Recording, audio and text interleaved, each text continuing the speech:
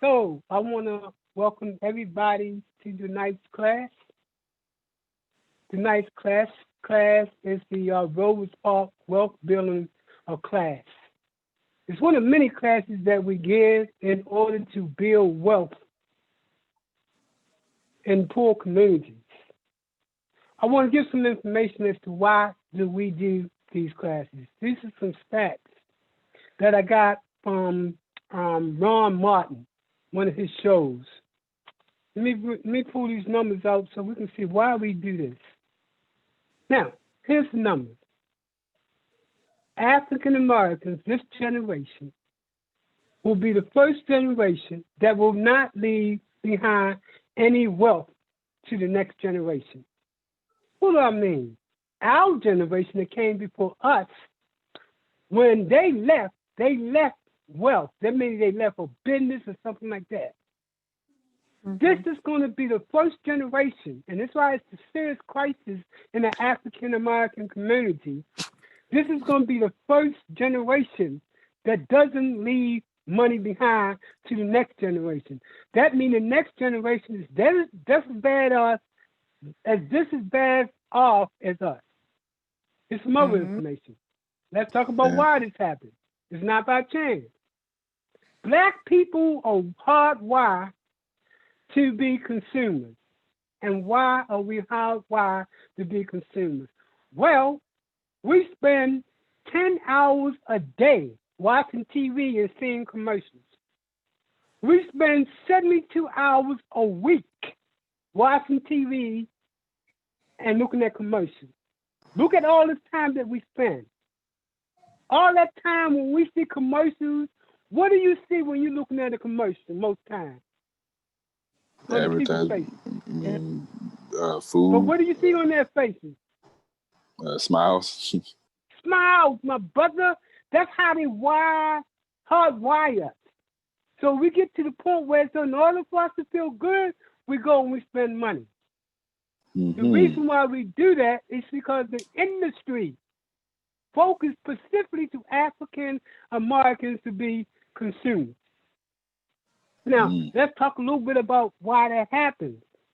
As a group, and I mean African Americans compared to any other ethnic group. As a group, we watch 40% of more TV than any other group. It gets worse. African Americans have a sum gross of $1 trillion. Yeah. What does that mean? If we collectively combine our income, we will be the 8th richest nation in the world.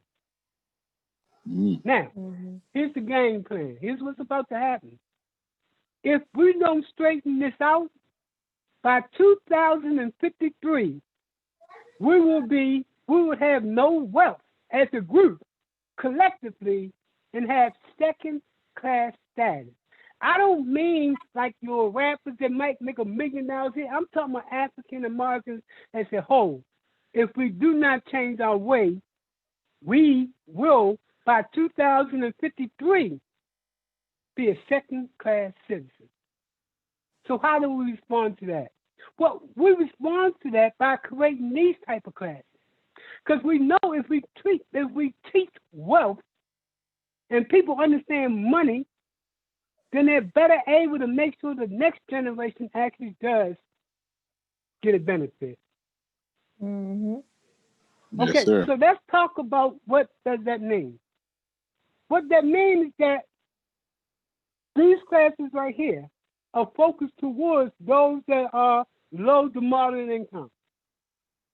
Let's talk about the total number of commitment to classes like this. It's from 8 to 12 weeks. Now, what are the learning objectives when we teach a class like this? As you know, we use pre-recorded links, like to FBA and SCORE. We look at those websites and those workshops so we can get a better perspective of how to operate a business using these services that SCORE and FBA give, which is a wealth of information. Now, we use that only as a perspective to take you to understand the larger picture. Once we go and look at a video like that, then we come back to class and then we apply it practical to the particular business that we want to have. Now, the other thing we use is YouTube.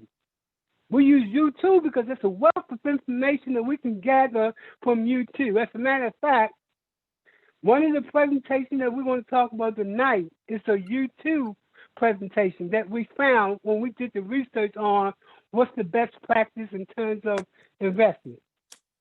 Combined with that, we also have these classes that we call real-time classes in which we actually come in and interact with each other. Okay, let's talk about the different types of wealth building classes that we do have. One type, in the first part of the class, is called generational wealth. This is where we teach how to start your own business, and we teach how to operate that business and how to put together a professional business plan.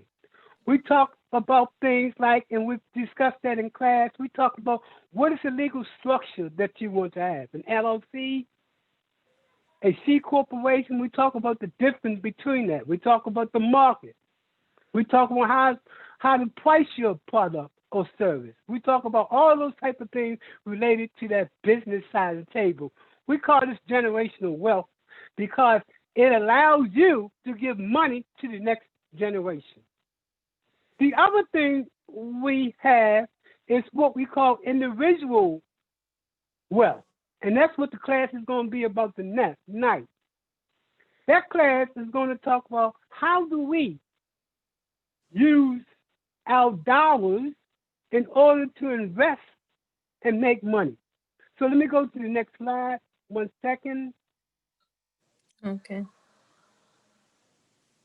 Just bear with me. I appreciate y'all. Y'all been very much bearing with me. You know technology the way it is. So Yes, let me sir. know if you see what's on screen. Yeah, we do. Yes. So anyway, we're going to be having a conversation about what we call passive income. What are the different ways that you can bring in information? And what are the different ways that you can bring in money, passive money? Anybody know Yes, what sir. passive money is? I would assume money that that you don't see having a decline that people always need, like in demand type of stuff. Okay, James went at it. Melissa, come on. What do you think Passive passive income is? income, I think, is money that comes in without you trying hard. It just, I don't know. Indeed. Well, look, both of y'all. I like the fact that you jumped in there. But you know what passive income means for our class is that money that like for example, that you invest to make money for you. So let's say, for Okay. example, you invest your money in the stock market, right? Well, you know that $15 that you put in there is going to make you money every quarter, every 6 years, or whatever the case might be. Mm. Another way Silent of passive, income. huh? Silent income. It's more than silent income. It's income that, hey, look, you know how you put $10 away in your drawer, and you come back 5 years later, and it's the same $10. Passive Yes. income is when you take that $10 and you make it work for you. So when you come back to that same $10 when you open that door, now it's 1,000 and 10,000. That's what we mean by passive income. Okay. Okay, so everybody on board with that? Yes, Yes, sir. sir. Yeah, passive income is when you, and like I said, the most best example is when you put money to the side and you come back and the money makes money for you. Now, unfortunately, we don't really do passive income. What we do is simply spend our income. Most of what we do, because we're consumers, we take that $10 and we buy something. Let's say we buy a box of soap powder. So when that soap powder goes, that money goes. If we had used that same $10 and invested it, that money will come back, back, and back. That's what we're going to learn tonight. What is passive income? Now, the other type of income also is called active income. Active income is when you really have to work for the income. Like when you got a job, you got to come and earn that paycheck. Okay? That's what we call active income. Passive income is that you're using income that's making money for you, and you don't have to work for it. So does that make sense? Yes. Yes, sir. If not, y'all, let me know. So let's talk Definitely, about some things that's not on here that we're going to talk about tonight. We're going to talk about high interest saving account. How can you make money on that? We're going to talk about money market, CDs, mutual funds, ETFs, real estate. Now, what do you think is the best way to make money in real estate? Flipping Um, houses. you said in the office? No, well, I'm saying, is the best way to make income in real estate, is it to buy real estate and sell it? Or is it to buy Flipping real estate houses. and rent it out? Okay. To Which buy one? and rent it out. And rent it out. And that's called passive income. Because you put money on a piece of property, and guess what? Every month, somebody's paying that mortgage.